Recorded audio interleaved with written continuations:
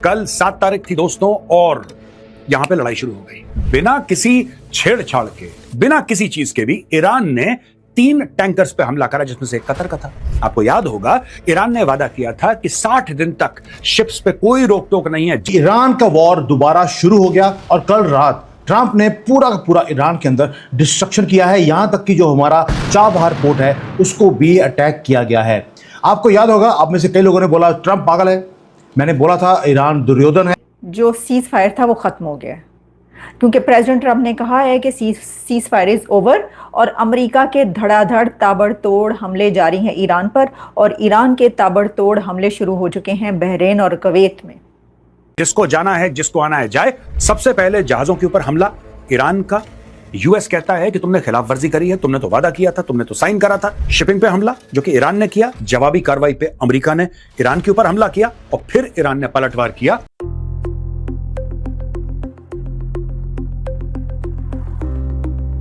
ये वो जानवर हैं जो गलतियां करेंगे ही करेंगे, और कल मोहम्मद को मार दिया गया।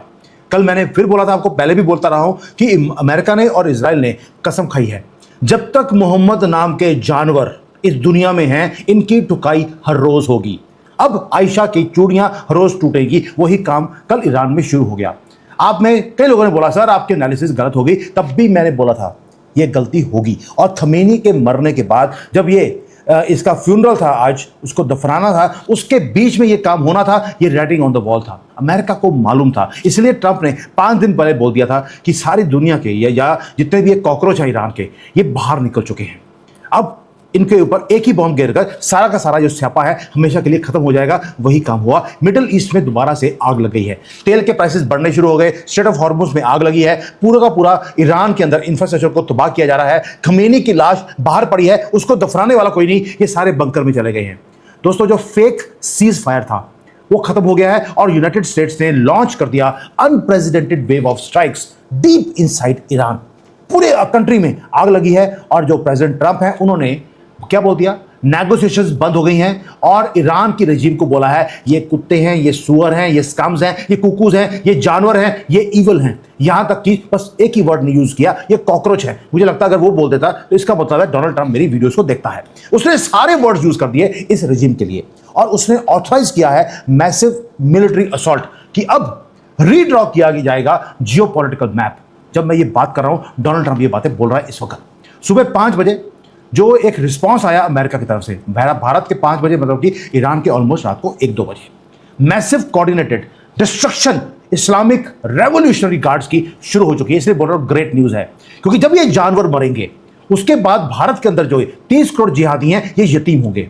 इनका मरना इस ईरान का ये जरूरी है, क्योंकि जब तक वो जिंदा है ये भी जिंदा है।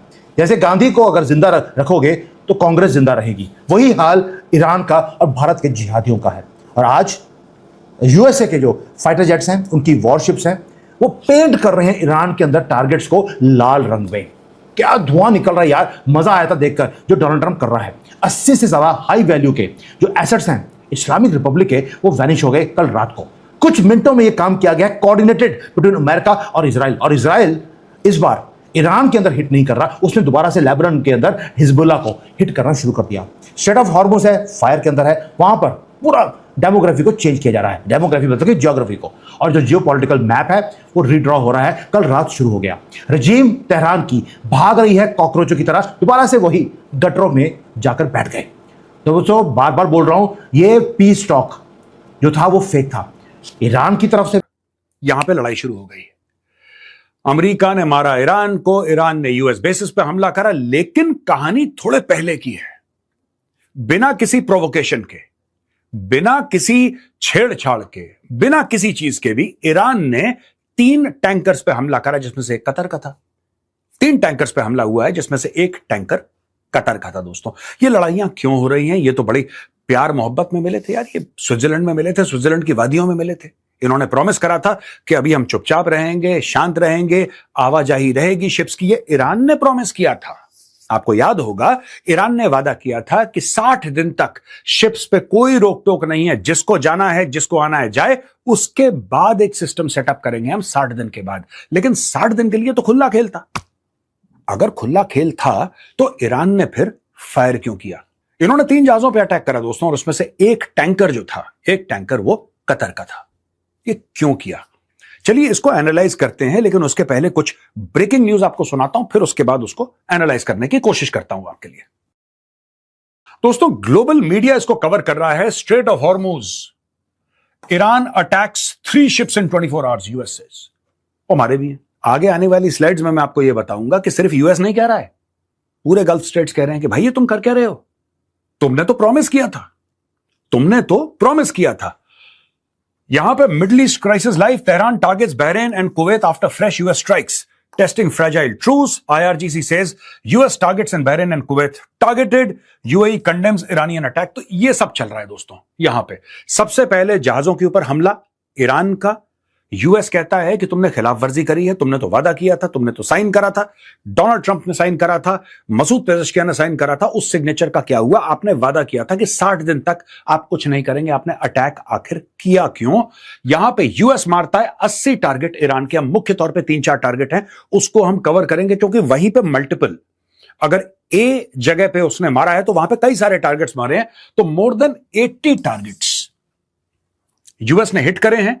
और रीइंपोजेस ऑयल सैंक्शंस, जो बोला था कि ठीक है आप अपना तेल बेच सकते हैं, खरीद सकते हैं, दोबारा इन्होंने लॉकडाउन कर दिया है। और अल जजीरा कहता है US military has confirmed it began launching new strikes on Iran, saying operation is in response to Iran targeting commercial shipping crewed by innocent civilians in an international waterway, Strait of Hormuz.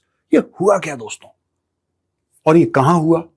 सबसे पहले अगर मैं आपको पूरा एक concept समझाऊंगा ना, सबसे पहले मैं आपसे ये रिक्वेस्ट करूंगा कि हम लोग मैप पे चलते हैं दोस्तों, और मैप पे मैं आपको समझाने की कोशिश करता हूं। जब आप नक्शा देखेंगे तब आपको सब क्लियर हो जाएगा, ये गेम कौन कर रहा है, क्यों कर रहा है और फायदा क्या है इसमें। ये वो मैप है जिसके बारे में हम आपसे बात कर रहे थे दोस्तों। ये लेजेंड है, जो पीला वाला है। नमस्कार दोस्तों, स्वागत है आपका news expert T24 YouTube channel पे, और मैं आ चुका हूँ एक और नई वीडियो के साथ। दोस्तों, इस वक्त की बड़ी खबर मिडिल ईस्ट से आ रही है, जहां अमेरिका और ईरान के बीच सीज फायर टूट चुका है। असल में स्टेट ऑफ हॉर्मुज से 3 कॉमर्शियल एयर टैंकर्स पास हो रहे थे, जिसपे ईरान ने हमला कर दिया और ज़बरदस्ती टैक्स वसूलने लगा। बस इसी पर ट्रंप को गुस्सा आ गया और ट्रंप ने सीधा ईरान के एयर डिफेंस और मिसाइल ठिकानों समेत करीब 90 मिलिट्री बेसों से ताबड़तोड़ बमबारी कर दी। इस बड़े हमले के बाद ईरान भी चुप नहीं बैठा, उसने कतर, बहरीन और कुवैत में बड़े अमेरिकी मिलिट्री कैंप पर मिसाइलें और सुसाइडल ड्रोन्स दाग दिए हैं। ट्रंप भले इसे छोटा अटैक बता रहे हों, लेकिन इस टकराव से पूरी दुनिया टेंशन में आ गई है। ग्लोबल मार्केट में क्रूड ऑयल का प्राइस बढ़ गया है और इसका सीधा असर बहुत जल्द हमें हमारे जेब में देखने को मिलेगा। तो आप अपनी राय हमें कमेंट में ज़रूर बताइएगा कि ये जंग कब रुकने वाली है। मैं मिलता हूँ आपको ऐसे किसी और नए वीडियो में, तब तक के लिए जय हिंद।